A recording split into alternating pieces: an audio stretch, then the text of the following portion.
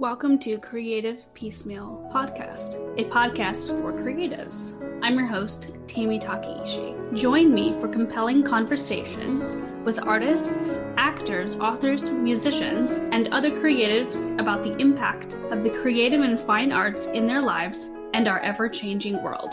Thank you for listening.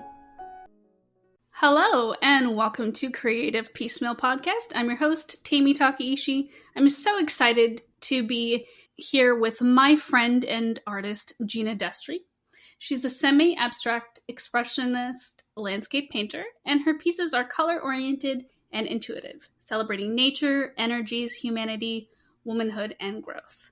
And you can find her work at genadestri.com, and I'll be putting the link in the show notes. Gena and I go way back. I remember admiring her work back in high school, and I'm so excited to see how far you've come. So welcome to the show. Thank you so much. I'm excited to be here. And yeah, it's crazy, this reconnecting after all these years. I love it. So this is something I actually never knew yet. So this will be new to me. But who or what inspired you to become an artist? You know, growing up, my mom was very creative, although she always said that she wasn't an artist.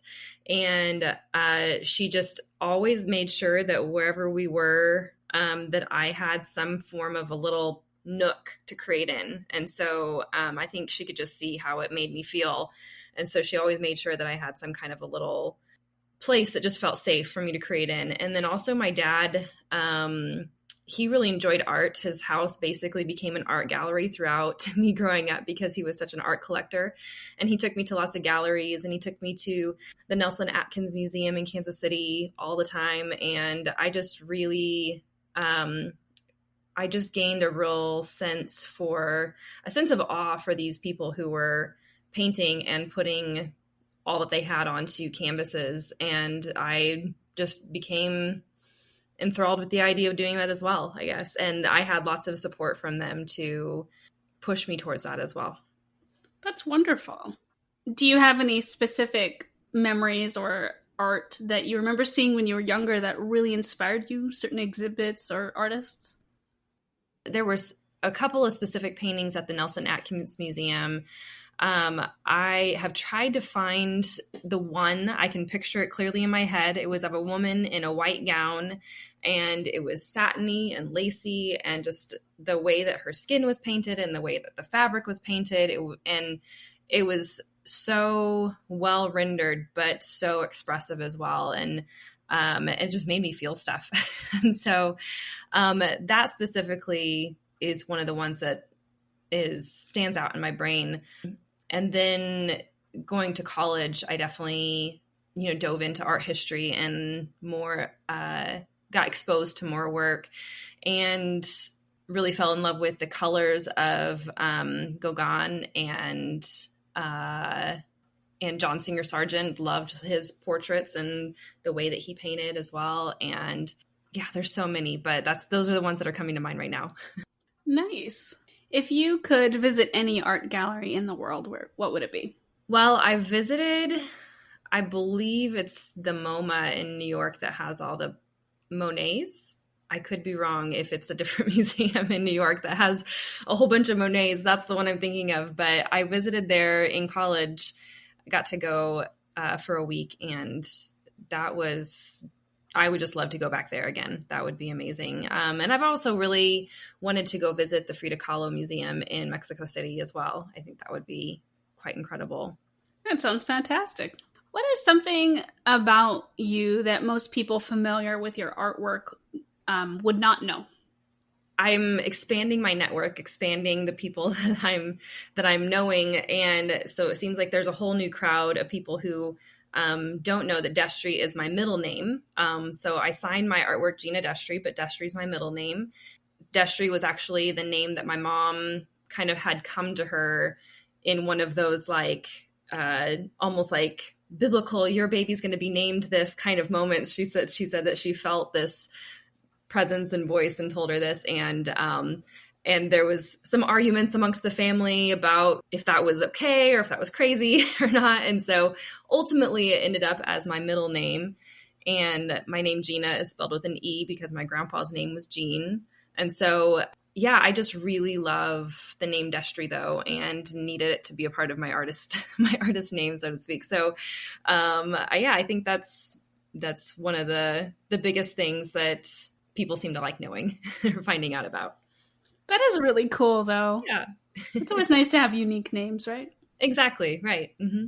And this could be art related or not, but what is a book you've recently read that challenged you, a book that inspired you, and a book that you couldn't put down? Man, I love reading. And this year, the last 2 years, I've really dove into reading a lot more. There's things come in waves. And there was a time when I just didn't get around to reading a lot. But I'm going to go kind of mainstream here. One of the most prominent books in my art career has been the Big Magic book by Elizabeth Gilbert. And she just simplified things so well in that book. And it really helped focus some of my attentions into specific places that I needed to work on for my art career and for my mindset as an artist. And then along with that, I also really recommend, so I guess that's a book that was inspiring. A book that has been really helpful too was Jeff Gowen's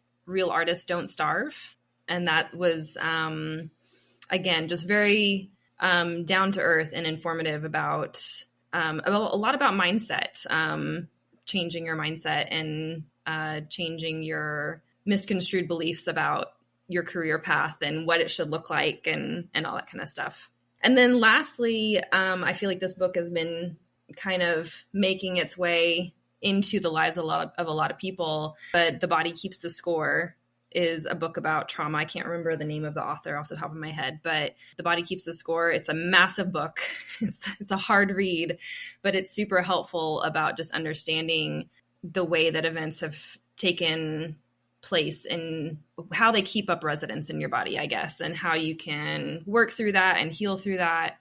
I know myself, like I ignored a lot of that kind of stuff growing up, just tried to stay on the positive side. And it really came back to bite me. So I needed to have some time and some information on how to work through that kind of stuff. So I don't know if I hit all your categories with that, but those are the 3 books that came to mind that have been the most amazing for me. Those sound like really great recommendations, and I'll put those in the show notes as well. It sounds like not only reading, but of course art is almost therapeutic for you. Would you say that?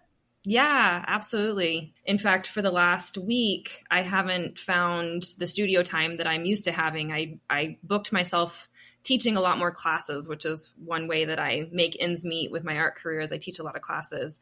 By the end of last week, I was really feeling like just all of the emotions welling up that I hadn't taken the time to work through or get out through painting and whatnot. So it's very, I really try to tap into what I'm feeling and what's speaking through me emotionally or energetically. And it just helps it not to get stuck inside me. Yeah. Do you find yourself gravitating to certain colors depending on your mood or certain materials?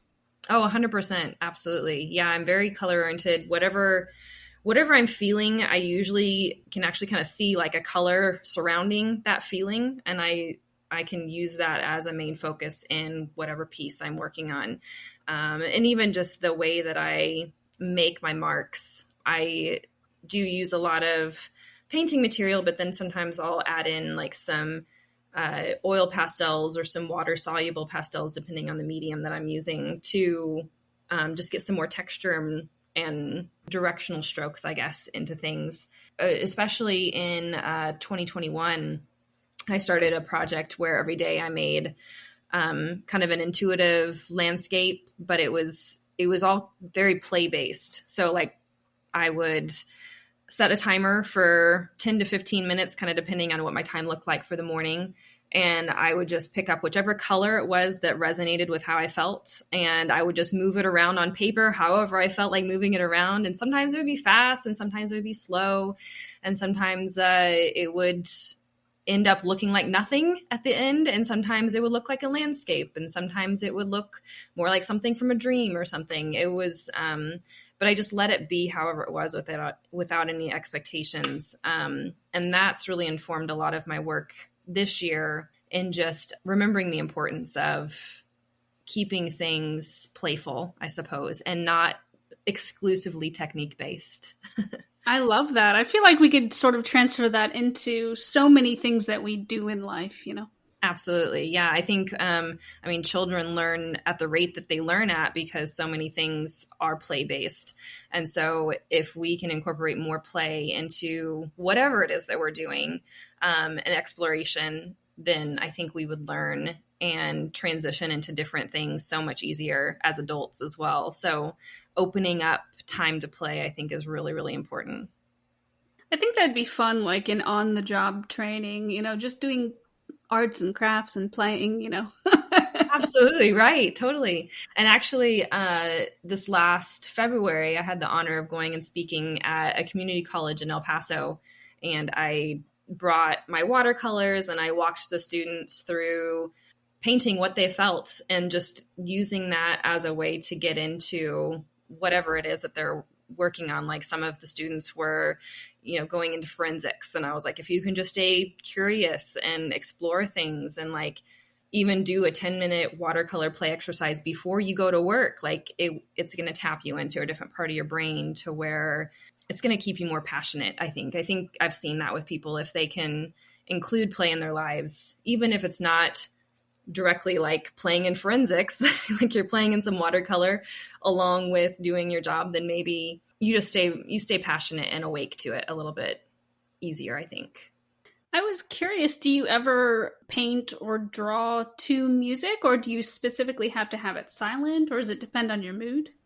It depends on my mood. I get kind of overstimulated sometimes, and so sometimes I need it to be quiet, but then sometimes music helps keep me from overthinking. It kind of occupies the part of my brain that would start focusing in too much to where I'm nitpicking too much. And so I really enjoy listening to music that's got like a little bit of some cultural flair to it here and there. So like French cafe music or, I don't know, Colombian music or something.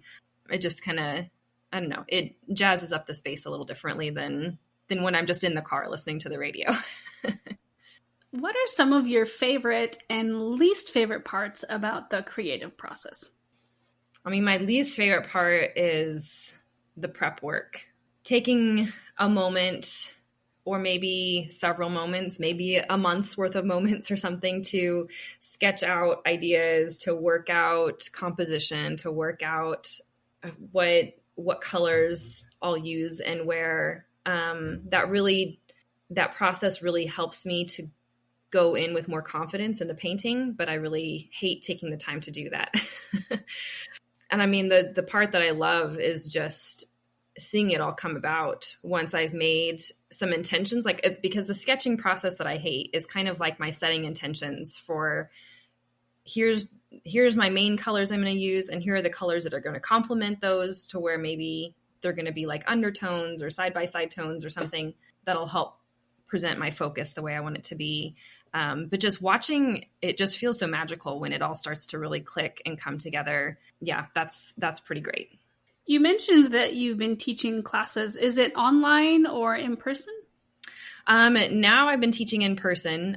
During the pandemic, I learned how to teach on Zoom and had all my screens everywhere so people could see what I was working on and see my face and all that. So I have taught virtually, but now everything's in person. And I live in Buda, Texas, which is just a little south of Austin. And they have a wonderful little art center that, again, it opened just about 6 weeks before the pandemic shut everything down. But I've kind of walked with them through it all, and we've been able to offer classes still. And I teach there and do classes for adults and classes for kids. And it's a lot of fun. I really like it. It's a great community to be a part of. Oh, that's wonderful. Mm-hmm. What is something surprising about teaching that you didn't expect? I think how symbiotic it's become with my art practice. The energy that I give to teaching, it comes back tenfold through the enthusiasm or the creativity that I see in my students. And then that just spurs me on to become that much better and to to come back with even more energy into my classes. It just keeps going full circle like that. Actually, in college, I swore up and down and left and right and every which way that I would not teach. Like I was going to be a studio artist. And I was going to sit in my studio and paint, and probably like my partner would bring me meals whenever I was hungry or something like super romanticized about it, you know? But then I started teaching out of necessity for some more solid income. And I really fell in love with it. And I think the biggest thing about it is that I really like talking about art. Like it's one of my favorite things to do is just talking about art. I don't even have to make it all the time. And so it gives me a really nice avenue and outlet to do that with people who actually want to hear about it. That sounds fantastic. I'm so glad you've been able to find, your niche in your community and inspire other people to explore and create. Yeah, I really love it. So what is some of the advice regarding art that you ignore and some of the advice that you always follow?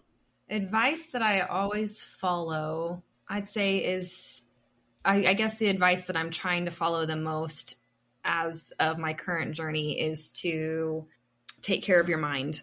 That's the artist community that I've found myself in. That was one of the main things that we started conversing around was you have to take care of your mind. I work with a coach and we talk about, we hit on different topics revolving around mindset and how to work through blocks and stuff. And that's been amazingly helpful. I never would have guessed how helpful it's been. It's just gotten me on the track to actually where I want to go rather than whatever I can kind of scrounge up or whatever. And then the advice that I don't follow is I like to dabble in a lot of mediums and in a lot of different topics. I have a lot of landscape work I've made as of recently, but I am allowing myself to make work that's figurative and abstract as well right now to kind of come up and sidle up along my landscape work. And so I guess the staying in a niche is really the thing that I'm ignoring. And then also not being hard on myself if I don't have a consistent studio practice. I think that's letting myself notice my own rhythms and how they need to ebb and flow. Consistency is key, I think, in a studio practice, but like not being too disciplinarian on yourself. It's gotta be, you gotta be kind to yourself. So I think, that's what comes to mind right now. I think it's great that you're forging your own path and you're not necessarily letting other people dictate or like classic rules dictate what you want to do with your art. You're doing your own thing, and that's important. Yeah, absolutely. It's much more, there is such a grind mentality to every single kind of entrepreneurialism, and so that really started to take a toll on my health. And so I've learned that it's okay that my path looks different and I need it to look different. And so learning to be nurturing to myself and to my business, and pushing myself when I can, but resting when I need to as well. It's been very much more of an enjoyable journey that way. And speaking of paths, did you always envision yourself doing art even when you were younger as a career? I did. Yeah.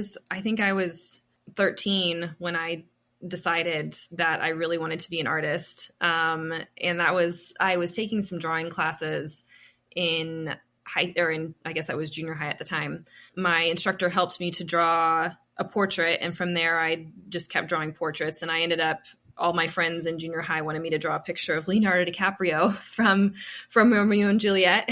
I remember that one. And so I made the drawing, and then one of my friend's dads took it to Kinko's and made copies of it and told me, you should sell these out of your locker or something. So I started selling copies of the Leonardo DiCaprio portrait out of my locker. I think it was probably like $10 a print or something, maybe even $5 a print. But I kind of, I don't know, I guess it just gave me that little spark that this is really fun. This is what I want to do. And I just fell in love with it. Just resonated with me more than anything else, I guess, is really what it was. Obviously, you do a lot of art and work with a lot of different mediums, but if you could try any other creative art besides what you are currently engaged in, what would it be?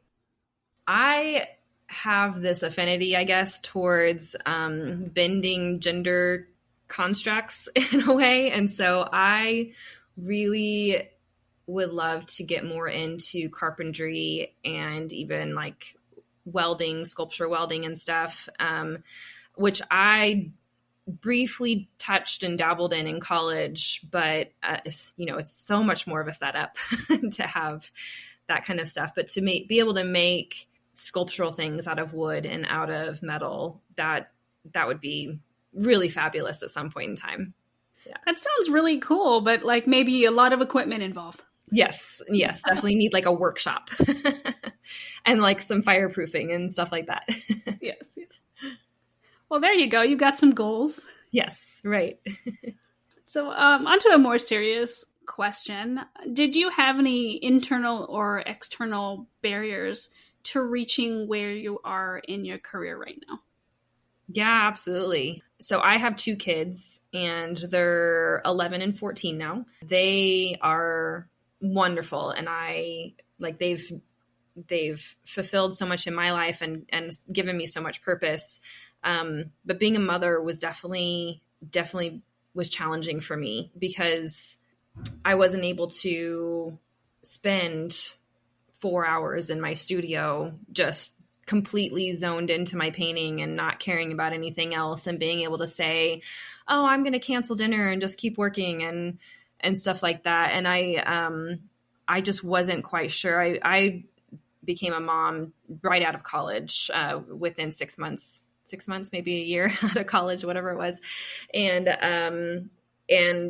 I just had no idea how challenging the balance of it all was going to be. And so I did try to stay creative through teaching classes and through making little baby steps on paintings here and there. But my dream and my desire to be further down the road was very challenged by the time that I needed to spend being a mom. And so I found other ways to be creative while being a mom, through cooking meals and through, just finding ways to explore the growth of a baby even, and just bring them up in a way that felt just the most wholesome and right. And then just running a household too. I did have the opportunity to be a stay-at-home mom for a lot of years, and that was really wonderful. And I know that some artists do both, but I was not able to do both very well. And so finally, when my daughter went to kindergarten, I started like trying to dig through it all again and see like, okay, how can I make this a part of my life again and a part of my goals again? And it was really slow going too. And I think that's the second part of it, is all the mindset blocks that I had to work through. And so through therapy and through having a coach that I worked with, I was able to start breaking through some of the barriers that I had set for myself, and just some of the habits even that I grew up with that weren't constructive to the lifestyle that I really wanted. So yeah, I'd say, being a mom and then mindset stuff, those are the 2 main barriers that I had to kind of address and reconstruct around. It sounds like you've done a lot of wonderful growth, and you're on the path that, you've always hoped to be. But, yeah. Many creatives definitely deal with mindset and other issues in their own ways, whether it's artists, musicians, actors. It seems to be prevalent in the creative field to sort of have to work through all that. Do you have any advice for young students who want to go into the field in regarding mindset? Like any one singular piece of advice? If you can spend time just really listening to yourself and feeling when there's a resistance that comes up and be curious about it. I think the biggest practice for me was that if something didn't feel right, I would push it away, or I would try to just be like, okay, well, that doesn't feel right. You're not there. You're going to, that seems like it's not helping me get to where I want to go. And so I would kind of bury it or push it away or even be negative towards it. And then a phrase that I like is, you know, what you resist persists. And so, you know, what you push away, what you bury, it's going to keep bubbling up, and it will be very frustrating because it's the same lesson or it's the same thing over and over. And so I'd say getting to where you can be curious about those things and ask questions about them to yourself, ask questions about, you know, what is that thing wanting to make happen? What's its purpose? If the purpose doesn't resonate with you, ask a question. Well, what if we did it differently? What if we thought about it this way or something? Those, like, being curious and asking questions like that has been probably the biggest breakthrough kind of practice that I've had, to where I can let things kind of pass without them coming back up again. And, you know, it's like the phrase goes, you know, healing's not linear. So it's not like once you deal with it, you won't have to deal with it again. But at least I am noticing that it's not the same struggle over and over and over anymore. It is a bit different each time. So that's my main encouragement to everybody. Excellent advice. Thank you. It's one of those things where you all have to remember that from time to time. Yeah, absolutely. And it can touch in so many different areas, whether it's your beliefs about your finances, your beliefs about money in general, your beliefs about what it means to be successful, what it means to fail, your beliefs about what being an artist is, and yeah, all the different things. Do you find that as you've worked through your barriers and overcome them or found ways to be more successful, has that translated into different ways that your art has come out? It has. I think my art is coming out now easier. It's just like, okay, this wants to get made today, I'm going to make it. And I think through honoring the barriers by being curious about them and letting them be there, letting them pass when you've worked through it. Like, I know I'm using a lot of like therapy language probably. But, that's okay. Yeah. But through that, you become more authentic. I think once you start being authentic to yourself, then everything you make starts becoming more authentic. Yeah. It's a beautiful thing. It is, to be able to create something and, you know, not worry about judging it from your own point of view, you know. Right. Mm-hmm. To just Absolutely. Let the art be art, you know. Yeah. Mm-hmm. And let it do whatever it's going to do out in the world too. I think a barrier that I had too was worrying about like hanging on to pieces or letting them go, like original pieces. And more experienced artists told me, like, this is just another one of your children. And when it's time for it to go out in the world, it's going to go do whatever it's going to go do. And I really love that analogy with myself being a mom and knowing that one day my kids are going to go off and I'm not going to have any control over when they come back or what they're going to do. And just letting that be whatever beautiful thing it can be for the world, I guess. So you work a lot with, you know, physical mediums, you know, paint and canvas, but have you ever had an interest in delving into digital art? I have, as far as meeting a need. You know, there's a lot of need out there for digital work, and there's a lot of solutions that can be provided through digital work. I really loathe working digitally, though. I really, the tactile bit of getting my hands a little messy or having unpredictable little things that are science-based happen because of certain pigments separating or being more wet or more dry when they react with one another. That's really satisfying for me. And I know that there's a lot of really good digital programs out there now that try to simulate a lot of that kind of stuff. There's also the learning curve where I sit there and I go, I know how to do this with pen and paper, but I can't figure out how to do it here on this digital screen. at least not without some trial and error and, taking a course or learning or something, reading through whatever search engine is presenting to me. I will say the one positive that I have enjoyed with some digital sketching is just being able to have the undo button and being able to walk back a couple steps when you go, wait, I should have stopped with this color 2 or 3 marks ago. Now it's too much. So being able to hit the undo button a couple of times and back it up, that's really satisfying. And I do actually use digital art for making like project proposals for people. So if they're asking me about a commission or a mural, then I'll make a mock-up for them digitally. And that's a nice way for them to be able to get a better idea of what's going to go down with their art.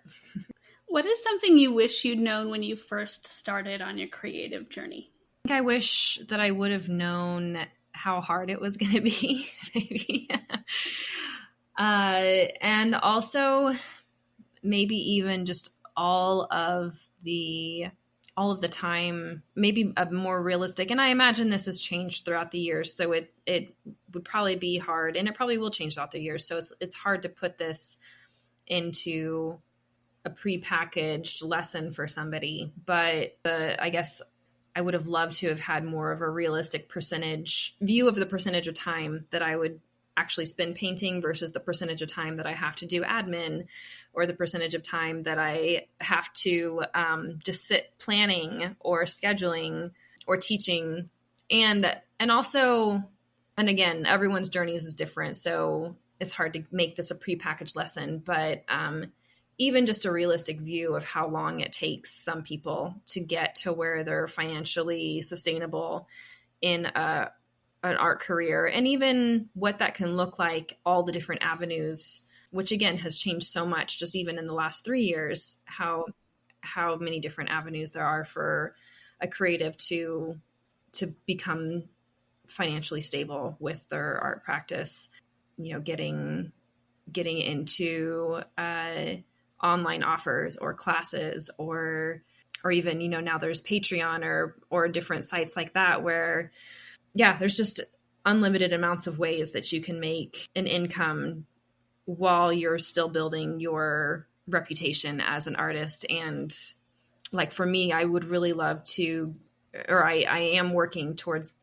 making 6 figures a year. And I would like for that to be through selling paintings and fine art prints.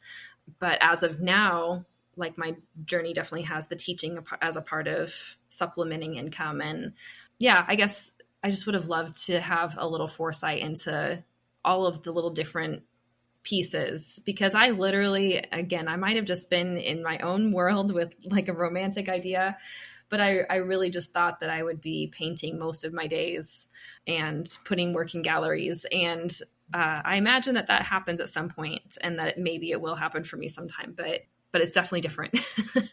Yeah. I'm sure you're like, probably didn't realize you'd have to do so many spreadsheets and paperwork in the meantime, right? Exactly. And like taxes, like what?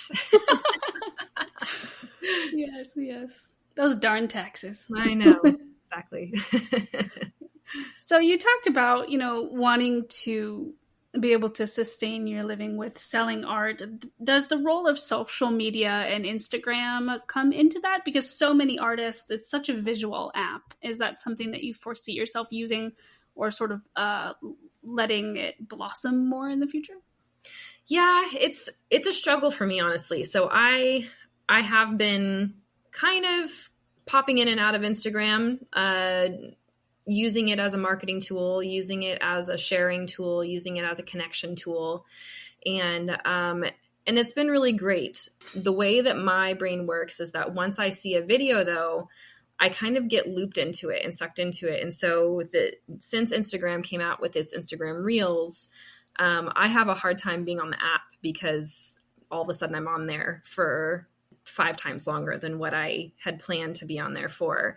So I'm exploring, I'm kind of exploring how else I could be connecting and putting content out for people to network with me and connect with me that's not on Instagram, but and everything I do, when I do something on Instagram, I'll put it on Facebook as well. So I have all of that kind of sort of going in the background, but it really doesn't resonate with me because I have like that kind of begrudging relationship with it where I'm like, don't suck me in, don't do it. And also I have a hard time with the idea of putting more noise into that space where I know other people struggle with that too. So yeah, it's a work in progress for me right now. I am exploring something like Patreon instead, in order to put stuff out for people, but and engage with the community there, but not have all of the noise of Instagram there. I'm not abandoning Instagram. I definitely have seen benefits from just keeping people in the loop of what I'm doing, keeping people engaged. It's a journey for sure. Yeah. Understandable. Yeah. So I'm going to ask a couple of fun questions. If you could bring back any creative person from the grave, who would it be? I would like to bring back Vincent van Gogh because there's so many, again, I'm going to touch into like my therapy and coaching that I'm using right now, but there's just so many resources for mental health now. I would just be curious to see what else he would blossom into, what other kind of work he would blossom into with all of the resources that we have today surrounding mental health. Oh, that is an excellent thought. Yeah. Thank you. If you were to bury a time capsule, what would you put in it? If I buried a time capsule, I would probably put like one of my creative play sketches, maybe with all of the colors swirling around. I might put, I've got like some really gnarly fluorite earrings that are like, I don't know, they just seem like, for whatever reason, that's popping into my head that they should go in the time capsule. And then maybe just like some sprigs of lavender, something that just speaks of the earth and peace and beauty and something like that. Yeah. Nice. If you could travel to any time period, what do you think it would be? That's a hard one because I would want to be in a time period where there was more natural spaces and more wild spaces to be able to just kind of get lost in and be of the time period when I myself as a woman would know how to take care of myself as well in that kind of a situation if I was kind of like out in the wilderness, and where I would also have rights. So I don't know exactly which time period that would be. Maybe it would be a combination of other places in the world at different times a different year or something like that. But yeah, I would love to just be able to be a strong and independent woman with more natural spaces to expand into, I guess, and explore and stuff. It sounds like nature is really important to you. Is there a place in the world you'd like to travel that you haven't been to yet? Yeah, I guess top on my list is Iceland. I'd really like to go explore the peaks and the ranges and stuff there. And something I'm working towards is I'm working on building up my practice with putting my art supplies in a backpack with like a day's worth of things and backpacking into a place and then setting up my stuff to paint and then I'll come back. But eventually I would like to be doing more expeditions where I'm going out and gone for, several days and painting, and then maybe eventually leading expeditions out into places too. So that'd be like a painting workshop that people could follow me along into. So who knows, maybe we'll go to Iceland and paint. That sounds so fun. Yeah. Yeah, I think it would be a great different kind of a workshop, which some of those I'm seeing some of those around, but everyone has their own little spin on things. So we'll see. Last question before we wrap up. In your own words, what does living a creative life mean to you? Living a creative life to me means kind of being effervescent with creativity, having an output of some sort. And I don't think it has to be even anything that's necessarily visual or tangible or audible. But if you're being creative in the output of your energy, I think or just even allowing your energy to be an output into the world. I think that that's creating so much that we can't see. So just being conscious of that. Yeah. So being an outputter, I suppose, is part of it. Maybe a conscious outputter. That's maybe a better wrap up of that. Excellent. Well, Gena, thank you so much for joining the podcast. Thank you. It's been fun. Yeah. And listeners, please check out Gena Destri. Her website will be in the show notes. And as always, keep listening. Thanks for listening to the podcast. Like the show? Have a question? Stop by the Facebook and Instagram pages. Links are in the show notes, or search for Creative Peacemeal Podcast on social media and click follow for all the latest.